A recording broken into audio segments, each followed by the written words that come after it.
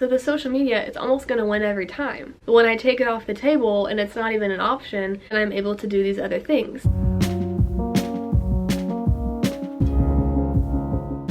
What's up guys, and welcome back to my channel. If you're new here, my name is Cameron. I make Christian content, including a lot of sit-down style videos like this, where we drink coffee and talk about the Lord. I hope you've grabbed your coffee for the day. Today I just made a regular drip coffee with a little bit of the Chobani cookie dough creamer. I'm still using it and loving it. I am very excited for today's topic because we are going to be talking about 5 things I have learned since taking breaks from social media. Just to preface, I have been taking social media breaks basically since I have been on social media. I can't remember when my first break was, but I want to say it was maybe junior high or like freshman year of high school. It was in the summer, and I just kind of thought, you know, I think I would benefit from unplugging and taking a step back for a little bit. And so I think it was exactly a week, like a Friday to Friday, Sunday to Sunday, something like that. I was off all of my social media, which at the time was like Snapchat, Instagram. I think that might have been the only 2. I was still on Pinterest, so I don't know if you count that. I feel like Pinterest is different, but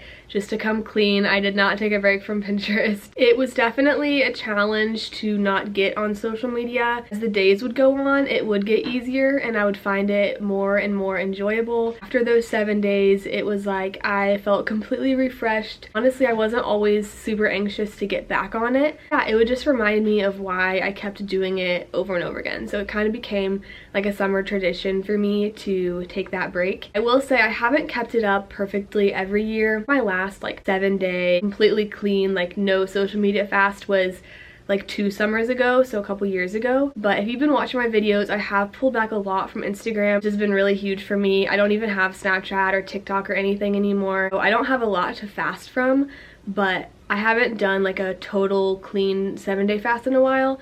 But these are just things I have gathered over the years. I'm not necessarily promising that any of these things will happen for you. I do think it is likely. This is just my experience, some of my lessons and takeaways. Honestly, things that just encourage me to keep taking breaks over and over again, and so I hope it can encourage you as well. First, and probably one of the most important things that I have taken away from my social media breaks is that I stopped comparing myself to others so much. It makes me realize how we were not designed to know everything about everybody all the time. Don't get me wrong, it's nice to keep in touch with people, but at some point it crosses this line of just being a burden when we know all of these things. It reminds me sometimes of maybe all the things that I don't have or I'm not doing, like when I see that another couple is expecting, right? Like that is kind of something that can be relevant to me right now because I just got married. I feel like I've been seeing a ton of my friends recently having babies or getting their dream job or getting on to get their master's degree, which is all good things and super exciting. And there is a part of me that's really happy for them, but also I can begin to feel jealous, feel behind. I can maybe feel insecure. It just kind of reminds me of, oh hey, here's a list of things that you're not doing. Here's a list of things that you can't say is a part of your life right now, right? That can just make me feel really down, and it can also just make me not feel grateful for the life that I have and for the things that God's given me, right? So it's so nice to just push back and say, you know what, I'm gonna focus on everything God's given me. I'm gonna focus on the great marriage that I have with my husband and the fun season of life that we're in. I'm gonna focus on all the fun things that we get to do together and the memories we get to make. Because the second I get on social media and I start scrolling, all of that gratitude, it can just kind of like melt away. Oh man, I don't have anything, I don't do anything. But as we all know, that's not true, right? We have so much to be grateful for no matter what season of life we're in. Number 2 is that I have more free time. We can all probably agree that the time we spend scrolling adds up, usually a lot faster than we think. Let's check my screen time right now. The daily average 2 weeks ago was 2 hours and 6 minutes. Last week was 1 hour and 50 minutes. So my average is like 1.5 hours. Most of it is YouTube, Pinterest, sometimes Facebook if I get back on there. There's no denying that scrolling adds up over time. So naturally, if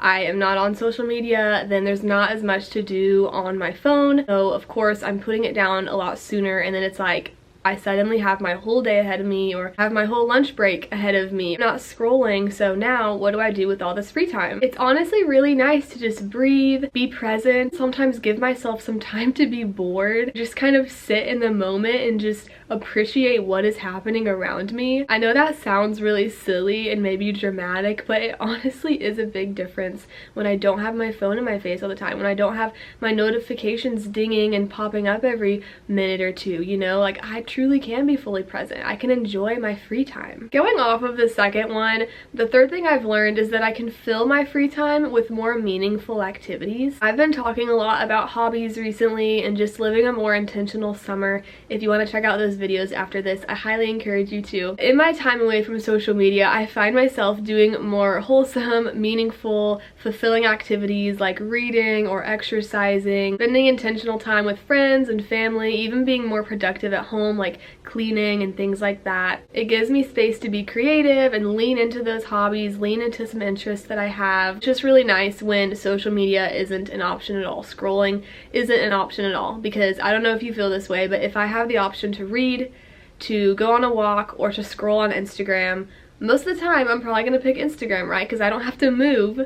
I can just grab my phone and then instantly start watching videos, instantly start looking at pictures or whatever. The other things take time, a little less stimulating, not as like instant gratification type. It's just really hard, right? The social media, it's almost gonna win every time. But when I take it off the table and it's not even an option, and I'm able to do these other things. Number 4 is another big one and something I feel very passionate about, and that is that I am able to cleanse my heart and my mind from always taking in this picture perfect, unrealistic content. It can make us feel so bad about ourselves to see influencers living these perfect lifestyles, really productive morning routines that start at 5 a.m. and they do like 27 things before 8 o'clock. And it's just really nice to be brought back down to earth and just to remind myself that that's not real life. That's not realistic at all. Real life is not a perfectly curated aesthetic as it often appears to be on social media. Even when we're watching reels or vlogs or whatever, those are just edited videos of a part of someone's day, a part of someone's week, or a little part of their life. It's not their whole life. I think sometimes it's hard to remember that because we're just taking that in all the time and that feels real. It's such an important reminder to just stay grounded and just remember that that is not real life, and it's okay that that's not real life. Number 5, which is probably the most important, is that whenever I take breaks from social media, I feel more present in my relationship with God. This has to do a lot with not feeling distracted or just weighed down by consuming content all the time. My mind feels less cluttered and just more clear. My heart just feels in a lot better place, and that definitely benefits my time with God, my time in His Word. I don't know about you guys, but for those of you who have a little morning routine or like a morning quiet time, it'd be very tempting to speed up that time so that you can go check social media or check your messages. But for me, again, when social media is not even on the table, when it's not an option, I don't feel rushed in my prayer time. I don't feel rushed when I'm reading my Bible, right? Because what else am I going to? There's no hurry, and that's beautiful. Well guys, that's all that I have for you.